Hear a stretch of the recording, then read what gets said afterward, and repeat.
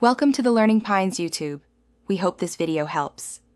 You'll start by confirming basic prerequisites and then take the first actionable steps. Make sure Edge and Windows aren't waiting for an update. Restart if needed. Once restarted, open Microsoft Edge and go to Settings, then System and Performance. You're looking for background app options and startup behavior. These are the controls that let Edge run after you close it. Do this now so you can immediately change the behavior in the next step.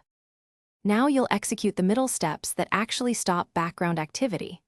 First, toggle off Continue running background apps in Edge. That stops helper processes after closing. Then disable Startup Boost and disable reopening tabs from a previous session if you want a clean exit. Make sure to open Task Manager and look under Processes for any remaining Microsoft Edge entries. End them if they persist. These actions prevent automatic Finish by confirming changes and knowing one key troubleshooting tip. Restart your PC and open Task Manager to verify no Microsoft Edge processes remain when Edge is closed. If Edge still runs, go to Windows Settings, right arrow Apps, right arrow Installed Apps, and check per app background permissions. Revoke them for Edge.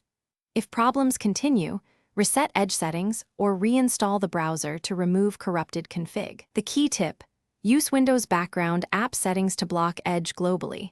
That stops stubborn relaunch behavior without reinstalling.